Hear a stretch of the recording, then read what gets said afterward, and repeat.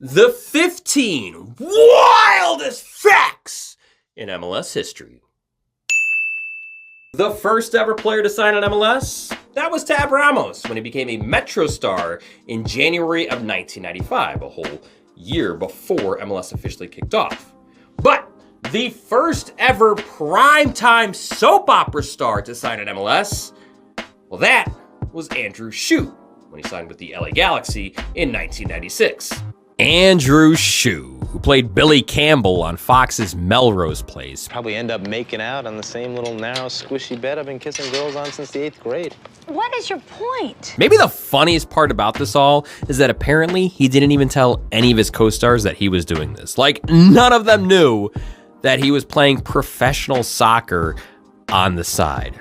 It would be a little unfair to call this a complete publicity stunt, considering Shue did have professional soccer experience, albeit 6 years prior to his MLS stint as the only white player in the Zimbabwe League.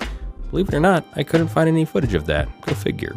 Shue finished his illustrious MLS career with 5 appearances and 1 assist.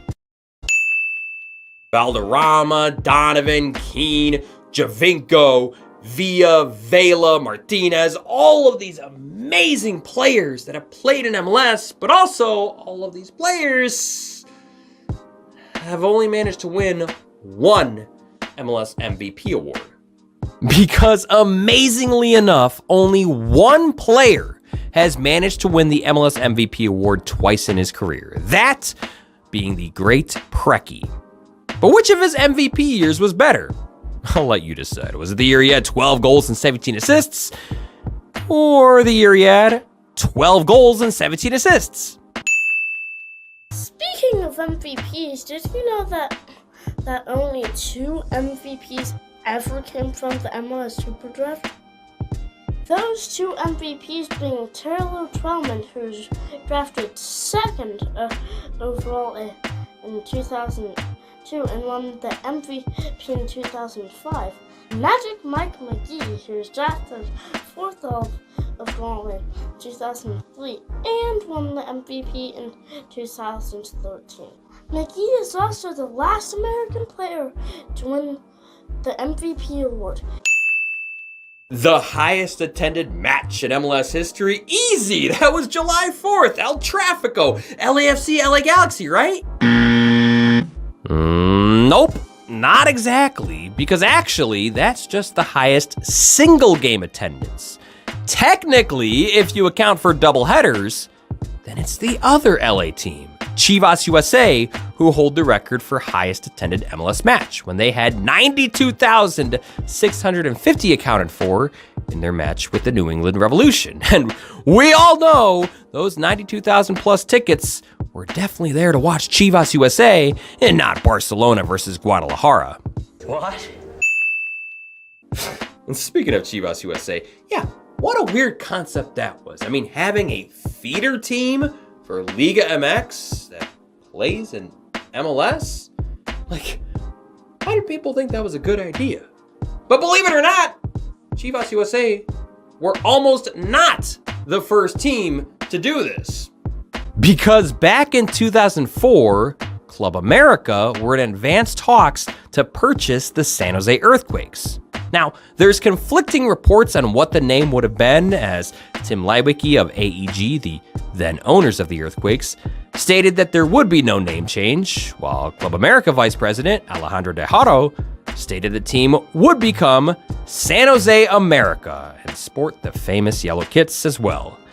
The deal ultimately fell through, thank God, and San Jose would eventually relocate to Houston and then get a new team with all their history intact in 2008. Oh my god, you cannot be serious. Another team considered changing their name to a different soccer team that exists outside of America? At least it's not Liga MX this time, but rather the EPL. Because in 2007, the Colorado Rapids formed a partnership with London side Arsenal, and at one point, it was believed that the Rapids would be changing their name to Colorado Arsenal. According to some posts on a Chris Creamer Colorado Rapids message board, someone even discovered a link to an article dated for the Future, which at this point was the end of February of 2007, officially announcing the name change. It seems as though the Rapids came to their senses and decided against this move, and that link to that article suddenly, mysteriously, became dead. Yeah, I know, this is like the third wild fact in a row where I'm just talking about team names, but you know, sometimes the first idea just doesn't stick, and you just gotta go back to the drawing board. This has actually happened multiple times in MLS, with the Chicago Fire originally considering the name Chicago Rhythm, the LA Galaxy considering the name the LA Groove, and the New York, New Jersey Metro Stars considering the name the New York Empire.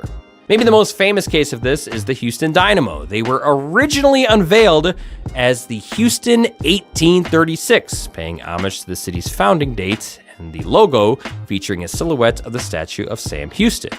But after immediate backlash from the Mexican community about the name, they quickly changed it to the Houston Dynamo. I mean, I get it, but like, let's be honest with ourselves. This is kind of a kick-ass badge. At least they kept the orange color. Okay, let's talk about some god-awful teams now. The San Jose Earthquakes and DC United hold the record for most wooden spoons if we track it back to the inaugural 1996 season, both with 4 spoons each. But look out for Chicago and Toronto FC, both right behind with 3 spoons. The only original 10 team not to get a wooden spoon, that would be Sporting Kansas City. Burk these nuts inside of your mouth! But no one has been more miserable, more pathetic as of late than my Chicago Fire. Okay, let's just get this one over with. The Chicago Fire currently have the longest active playoff drought at 6 years. 2 more years of futility, then they will be tied with Toronto for longest playoff drought in league history. The Fire also have the longest droughts ever for a conference semifinal appearance, going on 14 years, for a conference finals appearance, also 14 years, and for an MLS Cup appearance, going on 20 years.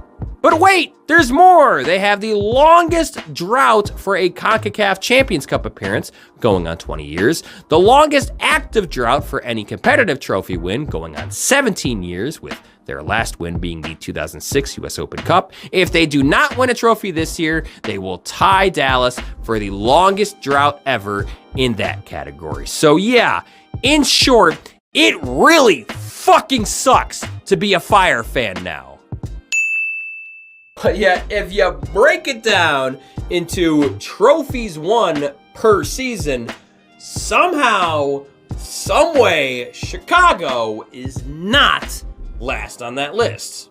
That dubious honor goes to the Colorado Rapids with 1 MLS Cup, 0 US Open Cup, 0 Supporter Shields, and 0 CONCACAF titles in 28 full seasons. The Colorado Rapids are currently averaging .04 trophies a season. Their Rocky Mountain rivals, RSL, are next worst with a .05 mark with just 1 MLS Cup in 19 seasons.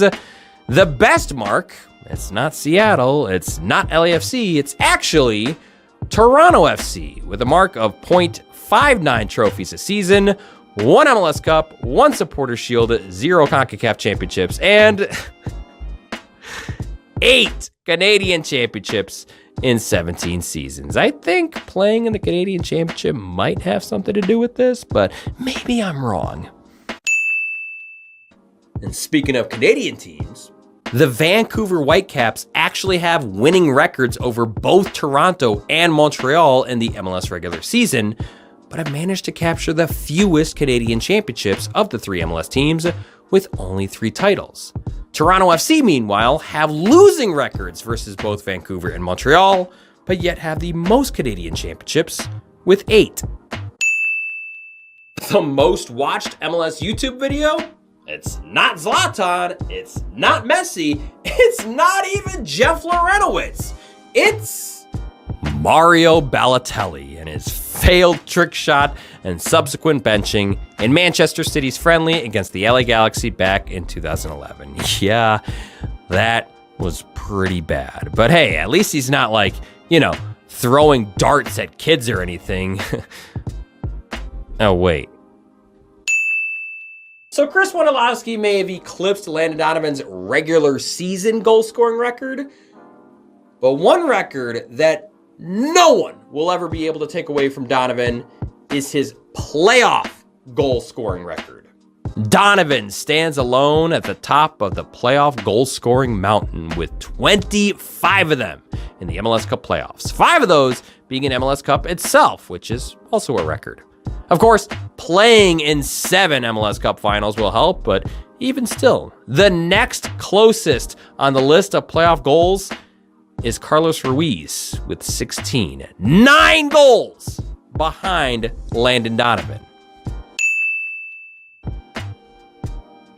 Let's talk TV ratings. The inaugural MLS Cup between the LA Galaxy and DC United still holds the record for highest TV audience, with 3.1 million tuning in. MLS Cup 2010 between FC Dallas and the Colorado Rapids, meanwhile, has the lowest TV audience, with just 748,000 viewers across all channels. How about MLS Cup 2023? Well, they drew in 815,000 on Fox, which doesn't sound great, but remember, that is not accounting for everyone that watched it on MLS Season Pass on Apple TV. And while Apple TV did not reveal their numbers, as they never do per policy, for some reason, given the amount of subscribers and numbers that were being claimed during the regular season, it could pretty safely be assumed that MLS Cup 2023 brought in anywhere from 1.25 to 1.75 million viewers altogether. And the final, most important, most wildest fact in MLS history is that 2-time MLS Best 11 defender Bobby Boswell was on an episode of Nickelodeon Guts. Bobby Lightning Boswell. Unfortunately, he only got second on his episode, losing to Robin, but at least he did win the soccer challenge, and he did win the aggro crag, which, if we're being honest, that's the only one that really people only care about, right? If you can get past the 240p grainy image, there's actually a great video on YouTube all about it. I'll leave a link in the description. Oh, and while we're talking about Bobby Boswell, he was also one of Cosmopolitan's 50 candidates for Bachelor of the Year in 2006. Bobby Boswell. What a legend. Like, hunch over there.